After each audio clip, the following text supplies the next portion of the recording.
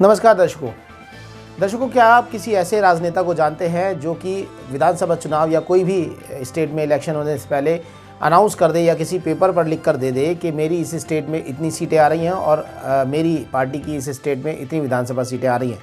यदि नहीं तो उसका नाम है अरविंद केजरीवाल। जी हाँ, अरविंद केजरीवाल जिस भी स्टेट में चुनाव लड़ने जाते हैं तो उसमें पहले ही किसी सार्वजनिक मंच पर आकर या किसी मेन स्ट्रीम मीडिया के स्टूडियो में बैठकर यह ऐलान कर देते हैं कि मैं इस कागज़ के टुकड़े पर लिख के दे देता हूं कि मेरी इस विधानसभा में इतनी सीटें आ रही हैं और इस स्टेट में अगर कोई लेजिस्लेटिव असेंबली का चुनाव हो रहा है तो इसमें इतनी सीटें आ रही हैं, या कोई लोकल बॉडी का भी चुनाव हो रहा है तो भी वो लिख कर दे देते हैं।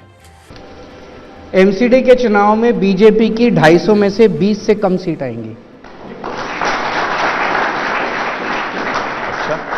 हम आपको बता दें, आम आदमी पार्टी की जिन स्टेटों में सरकार है उसमें आम आदमी पार्टी का वोट शेयर किस तरह से नीचे गया है। आपको बता दें कि दिल्ली में, जो कि ऑलरेडी इनकम्बेंट पार्टी है आम आदमी पार्टी, जिसकी 2020 में अगर बात करें तो 62 विधानसभा सीटें आई थी, उसमें दिल्ली में आज किस तरह से आम आदमी पार्टी का वोट शेयर नीचे गया है। आज मैंने खुद एक विधानसभा की स्टडी की है और साथ ही मैं आपको बता ही देता हूँ, मैंने डिप्टी सीएम मनीष सिसोदिया की विधानसभा जो दिल्ली में है पड़पड़गंज में, उसके चारों वार्डों की स्टडी की है कि कैसे मनीष सिसोदिया को अपने 3 म्यूनसिपल कॉर्पोरेशन के वार्डों से हाथ धोना पड़ा और कैसे वो वार्ड बीजेपी की झोली में चले गए। जी हाँ, किसी पार्टी की कार्यशैली या यदि उस पार्टी के कार्य का अगर सटीक आकलन करना है तो उस पार्टी के कार्य का सटीक आकलन उसी से किया जा सकता है कि जब वो पार्टी किसी स्टेट में रूलिंग पार्टी रही हो। और आम आदमी पार्टी दिल्ली में रूलिंग पार्टी रही है और 8 साल हो गए हैं, तो आखिरकार दिल्ली वाले ही बता सकते हैं कि आखिरकार आम आदमी पार्टी ने दिल्ली में कैसा काम किया है। कोई भी नई स्टेट में चुनाव लड़ने से कोई पार्टी अपना रिपोर्ट कार्ड सही साबित नहीं कर सकती।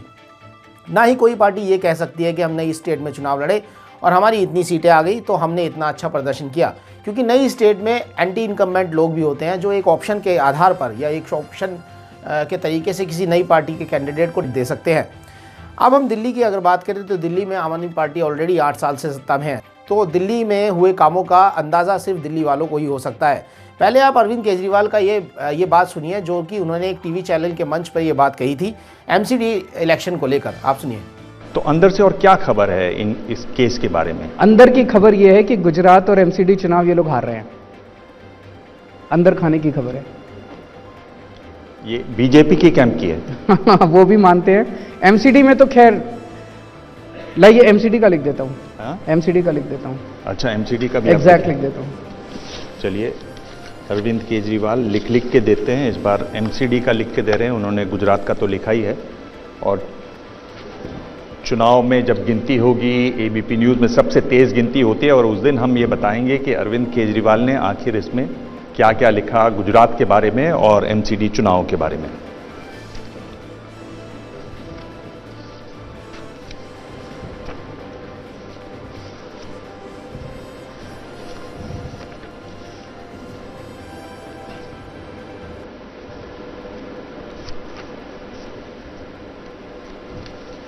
एमसीडी के चुनाव में बीजेपी की 250 में से 20 से कम सीट आएंगी।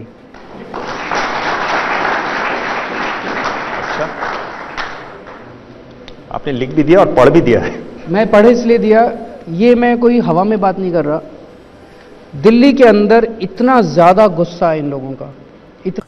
तो देखा आपने किस तरह से अरविंद केजरीवाल जो आम आदमी पार्टी के राष्ट्रीय संयोजक है, उन्होंने किस तरह से एक टीवी चैनल पर पहले ही बैठकर ये बता दिया था कि उनकी दिल्ली के म्यूनसिपल कॉर्पोरेशन के इलेक्शन में 240 से ज़्यादा सीटें आएंगी और बीजेपी की 20 से कम सीटें आएंगी।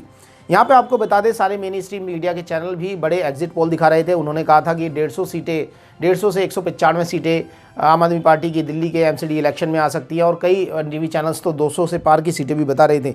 लेकिन आपको एक बता दूं, जैसा कि मैंने अभी इस बाइट से पहले कहा था कि किसी भी पार्टी के कार्यशैली या उसके कार्य का अंदाज़ा वही लोग लगा सकते हैं जिस पार्टी के कार्य को उस स्टेट के लोगों ने देखा हो, और दिल्ली उसमें से एक है। अब अरविंद केजरीवाल की पार्टी को ये समझना चाहिए कि दिल्ली के लोगों ने कैसे उनकी वोट को नकार दिया, कैसे उनकी पार्टी की कार्यशैली को नकार दिया। हालांकि एमसीडी की अगर बात करें तो उसमें 15 साल से इनकम्बेंट पार्टी बीजेपी है। बीजेपी को लोगों ने वोट दिया। जी हाँ, ये आप सुनिएगा, बिल्कुल समझिएगा इसको। बीजेपी को लोगों ने नकारा नहीं है। बीजेपी ने 104 सीटें जो हासिल की हैं वो एक तरह से आम आदमी पार्टी को पुरजोर तरीके से फाइट देकर की हैं। और अगर एंटी इनकम्बेंसी की बात करें तो बीजेपी ऑलरेडी 15 साल से नगर निगम में काबिज है, तो 134 सीटें लाना आम आदमी पार्टी के लिए कोई बड़ी बात नहीं थी। असली खेल तो वहाँ शुरू होता है जब बीजेपी का इन चुनावों में वोट शेयर 3% बढ़ गया और आम आदमी पार्टी का तकरीबन 12 से 13% वोट शेयर इन चुनावों में कम हो गया। यानी कि अगर बात करें कि दिल्ली वाले आम आदमी पार्टी को कम वोट दे रहे हैं और बीजेपी और अन्य पार्टियों को ज़्यादा वोट दे रहे हैं। अब मैं एक विधानसभा का एग्जाम्पल लेता हूँ। मेरे हाथ में एक पर्चा है जो मैंने अभी स्टडी किया है, AC 57, जो कि दिल्ली में पड़पड़गंज विधानसभा डिप्टी CM मनीष सिसोदिया की विधानसभा है। इस विधानसभा की अगर बात करें तो इस विधानसभा में 4 वार्ड पड़ते हैं। पहला वार्ड मंडावली, दूसरा विनोद नगर, तीसरा पड़पड़गंज, चौथा मयूर विहार। अगर इनकी बात करें तो इन तीनों वार्डों में बीजेपी का कैंडिडेट है। जैसे कि मंडावली में बात करें तो शशि चांदना की जीत हुई, इन्हें 10,818 वोट मिले और आम आदमी पार्टी के कैंडिडेट को 10,632 वोट मिले। विनोद नगर की बात करें तो यहाँ पर रविंद्र कुमार सिंह की जीत हुई है, जिन्हें बीजेपी के कैंडिडेट की अगर बात करें तो यहाँ पर 13,830 वोट मिले और आपके कैंडिडेट की बात करें तो यहाँ पर 11,519 वोट मिले। लगभग 2-2,500 वोट से आम आदमी पार्टी के कैंडिडेट को यहाँ हार का मुंह देखना पड़ा। पड़पड़गंज के वार्ड की अगर बात करें तो यहाँ पर बीजेपी के कैंडिडेट को 10,400 वोट मिले और आम आदमी पार्टी के कैंडिडेट को 9,997 वोट मिले। यहाँ पर भी बीजेपी जीती। बस एक वार्ड अगर मयूर विहार की बात करें तो यहाँ पर आम आदमी पार्टी के कैंडिडेट को विक्ट्री हासिल हुई है। लेकिन किसी ने इसके पीछे का रीज़न नहीं जाना कि आखिरकार ऐसा हुआ क्यों।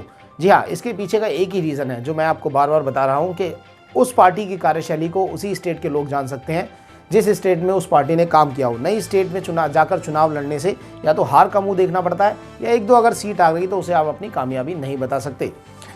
अब आपको बताते हैं कि यहाँ पर टोटल वोट कास्ट हुई 1,03,900 के आसपास। और अगर आम आदमी पार्टी का वोट बैंक देखें तो इस विधानसभा में, पड़पड़गंज विधानसभा में, आम आदमी पार्टी को टोटल 42,098 के करीब वोट मिली।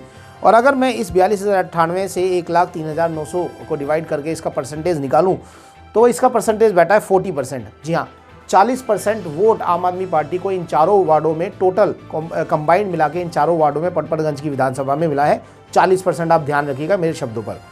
अगर मैं इसी पूरे आंकड़े को अगर विधानसभा चुनाव से कैलकुलेट करूं, जी हाँ, 2020 में जो दिल्ली में विधानसभा चुनाव हुए तो यहाँ पर मनीष सिसोदिया जो कि दिल्ली के डिप्टी CM है, उनको 70,163 वोट मिली थी और जिनका वोट शेयर रहा था 50% के आसपास, 50.71% के आसपास इनका वोट शेयर रहा था। तो आप ये मान के चल सकते हैं टोटल वोट पोल्ड, पहले हम बता दें टोटल वोट पोल्ड जो हुई थी यहाँ पर 1,42,397 के आसपास हुई थी और मनीष सिसोदिया को 70,163 वोट मिले थे और बीजेपी के कैंडिडेट को 66,956 वोट मिले थे। तो 50% के आसपास मनीष सिसोदिया को यहाँ वोट शेयर मिला था, वोट परसेंटेज। अब मैं एक आंकड़ा आपको बताना चाहता हूँ। तो पहले आपने देखा कि विधानसभा चुनाव में मनीष सिसोदिया जब यहाँ से MLA बने तो उनको 50% के आसपास वोट परसेंटेज उनकी पार्टी को मिला और जैसे ही नगर निगम में ये लोग आते हैं, जैसे ही नगर निगम में चुनाव होते हैं ठीक 2 साल बाद, तो यहाँ पर इनका वोट परसेंटेज 40% रह जाता है। तो यहाँ पर अगर बात करें कि 10% का आम आदमी पार्टी को टोटल लॉस दिखाई दिया। और आप ये समझ सकते हैं कि इस तरह से ही आप अगर 70 विधानसभाओं का कैलकुलेशन निकालेंगे और सब इलेक्शन कमीशन की वेबसाइट पर है, आप जाके भी ऑनलाइन चेक कर सकते हैं। और यदि कैलकुलेशन अगर टोटल वोट कास्ट यानी कि टोटल वोट कितनी हुई है और कितने कैंडिडेट को कितनी वोट पड़ी है, पूरा कैलकुलेट करके अगर आप परसेंटेज निकालेंगे तो आम आदमी पार्टी का टोटल जो वोट शेयर रहेगा 13 से 14% आपको मिलेगा, जो कि दिल्ली में डाउन गया है। और ये बहुत खतरनाक बात है दोस्तों। ये मैं इसलिए क्यों कह रहा हूँ क्योंकि मैंने इसका भी एक आंकड़ा निकाला है। मैं आपको बता दूं कि अगर वार्डों की बात करें, जी हाँ, दिल्ली नगर निगम चुनावों में पड़पड़गंज विधानसभा के चारों वार्डों की बात करें तो चारों वार्डों की पोलिंग का मैंने जो प्रतिशत निकाला है, एवरेज पोलिंग जो हुई है वो 49% हुई है। जी हाँ, अब देख लीजिए एवरेज पोलिंग 49 to 50% हुई है। तो अब आप खुद सोचिए कि टोटल पॉपुलेशन 2,31,000 के आसपास, उसमें एवरेज पोलिंग 50%, टोटल वोट 50% की बनती है। उसके बाद ये 10% डाउन होना ये बहुत बड़ी बात है। जी हाँ, क्योंकि एक तो टोटल वोट पोलिंग जो हुई है उसका नंबर बहुत कम है 50% के आसपास, उसके बाद भी आम आदमी पार्टी का 10% जो है वोट डाउन होना, ये बहुत एक तरह से सख्ते में डालने वाली बात है। जी हाँ, तो आम आदमी पार्टी के नेताओं को ये सबक लेना चाहिए कि आखिरकार उनका वोट शेयर दिल्ली में नीचे क्यों जा रहा है और इस बात से उन्हें ध्यान भी रखना चाहिए कि ऐसे कौन से विधायक हैं, किस विधानसभा में कौन से विधायक हैं जिनको अब बाहर का रास्ता दिखाने का वक्त आ गया है, जो कि अपनी विधानसभा में चारों वार्ड नहीं जिता पा रहे हैं और जो कि सिर्फ एक पार्टी पर बोझ की तरह काम कर रहे हैं। उन्हें भी बाहर निकालने का वक्त एक तरह से आम आदमी पार्टी के आला कमानों को सोचना गया कि उन्हें बाहर का रास्ता दिखाने का वक्त आ गया है। नमस्कार।